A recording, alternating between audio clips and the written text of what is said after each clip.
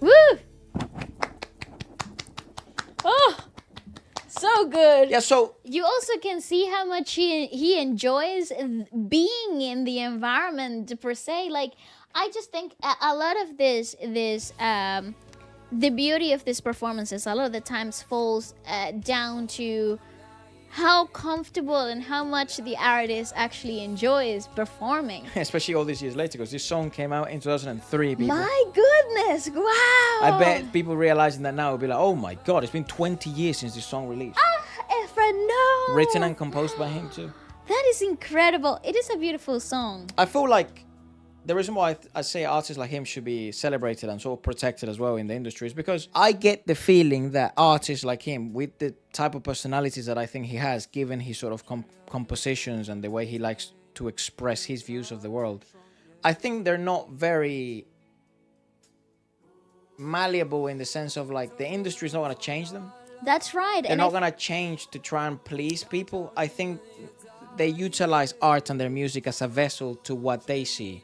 Mm-hmm. And people like that type of authenticity also sparks other great artists and inspires the next generation to attempt to do the same. So if people like him are very successful, other people will try to follow their steps and maintain their authenticity instead of thinking they have to play a specific genre, they have to use specific lyrics, they have to use specific messages, when in fact what people are really looking for is an authentic, truthful, genuine experience. I do agree the fact that having something so organic, a music that it's meant to be enjoyed and perceived from a great fresh perspective, it's such a blessing for the listeners. Obviously, I also have to say that a lot of the discoveries that we have made through the Chinese music industry have been very authentic and very unique in their own ways.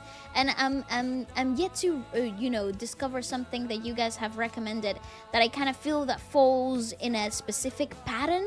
I haven't yet found that pattern, which I find so fascinating because in different music industries you start to understand what works and why it does. The formula, things become formulaic because there's an industry standard. The factory effect of music. And yet in the things that we have been discovering and diving a little bit deeper into, I'm still Chinese, scratching my head. Correct, because each artist brings something different, and I think you could see it through our reviews in the throughout the year. So that begs the question.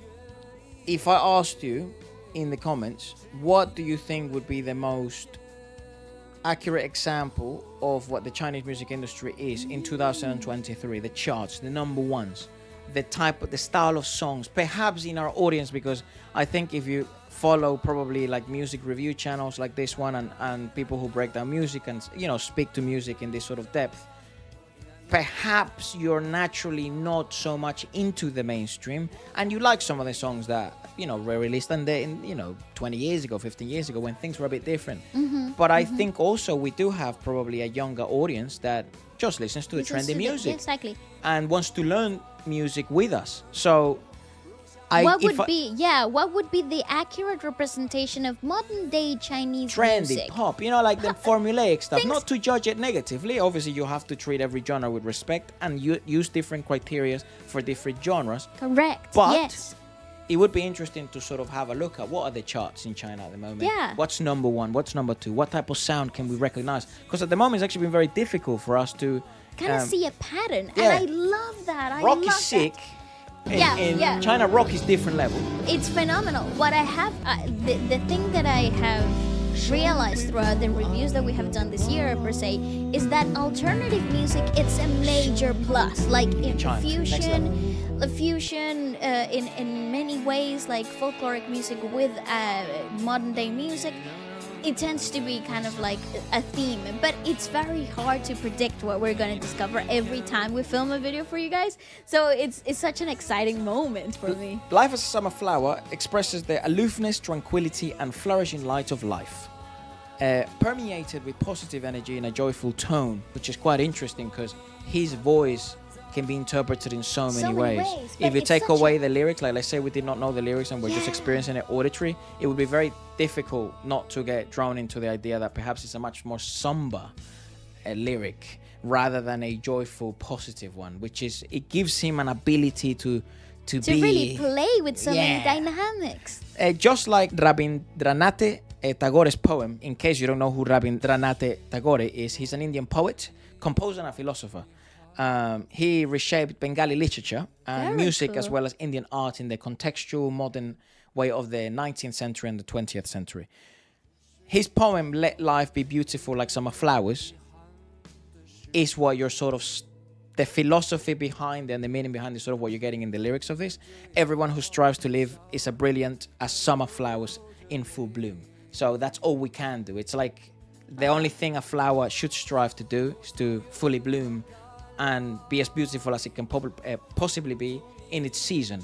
I guess that would be a good analogy for our own lives.